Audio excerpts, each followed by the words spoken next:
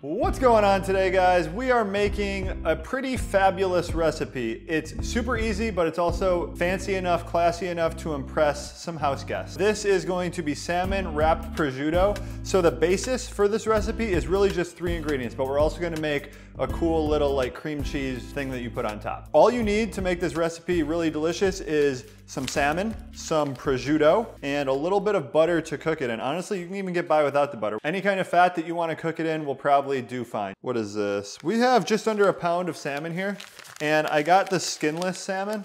So what we're gonna do here is we're gonna cut these into like 1 inch by 2 inch cube. A little bit longer than it is wide, so it'll look nice when it's wrapped in prosciutto. So let's do that. Basically, you got a nice salmon fillet here, just cut it into 1 inch sections. So like right about there.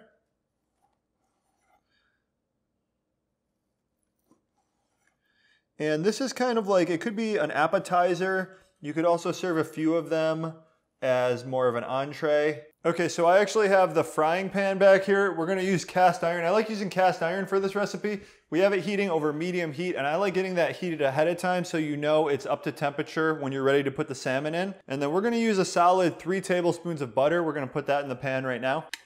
I like using cast iron actually quite a bit, guys. I think, how much is this pan? That pan is probably like 14 bucks.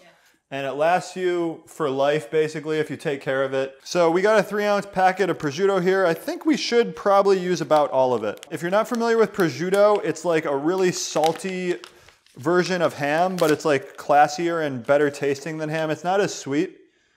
And it's just like sliced super thin. It's like the perfect wrapping. It's better than bacon in my opinion. And the prosciutto is extremely salty, so you're probably not gonna need to season the salmon much at all. So what I'm actually gonna do here with the prosciutto is I'm gonna lay it out and I'm gonna give it a slice lengthwise. And what this is gonna do, it's mostly just for presentation, and it's to kind of get the salmon to prosciutto ratio proper. Slice it down the middle, and then look, when you wrap it, the salmon kind of pokes out the sides, so everyone knows they're getting some salmon. And just wrap it, pretty simple. And we're gonna do that for all of these. Okay guys, ethical dilemma. You work from home, you're logged into chat all day at work. You can't set it up so that your computer just stays on. Would you do this? Would you place a weight on the up arrow so that it just keeps you active all day, even though maybe you're like going grocery shopping, etc.? How bad is that to do? Hanging out with your girlfriend. Hanging out with your girlfriend. Scale of 1 to 10, 10 being really bad. How bad is that? You should be fired. Yeah. So these are ready to go on, and the skillet has been heating for a solid like 5 minutes now. I have it at a legit medium. I like to cook these a little bit lower and slower than you typically would like a steak or even salmon that's not wrapped in anything. So we're just gonna start popping these in. Prosciutto should be crispy at the end. We're gonna go about 2 to 3 minutes each side, depending on how well done you like your salmon. I like my salmon like straight up raw in the middle, but I know a lot of people like Mega don't really like it like that. So if you want to go like 3 to 4 minutes per side, that'll cook the salmon all the way through. I figured out what my controversial opinion is for the keto thing. It's that Jaden Smith is a decent wrapper. Okay, so I'm gonna start flipping some of these, particularly the smaller ones. And look at that. That's what you get when you kind of slow roast it in some butter. It's a really nice texture on the outside. Another 3 minutes and we'll be done. We also have a topping we're gonna make. All right, so come on over. You can see here, we are looking good. Give it a little peek, yeah. I like it rare, like that's how I like mine. I'm gonna pull these off. So I'm just gonna set these aside for a little while. They're looking beautiful. We're gonna make a pretty cool topping, and it's gonna add some creaminess, some like herby flavors, some garlic. This is optional. Honestly, if I was making this at home just for myself, I probably wouldn't make this. But if I was making it for like an appetizer for a party, I would make this. So we're gonna do half recipe. And if you guys wanna check out the blog post link below, that has the full recipe and details for all of this.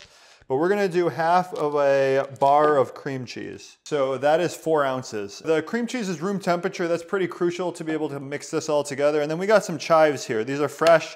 This is gonna add some freshness to the overall dish. Just like finely chop a little bunch of them.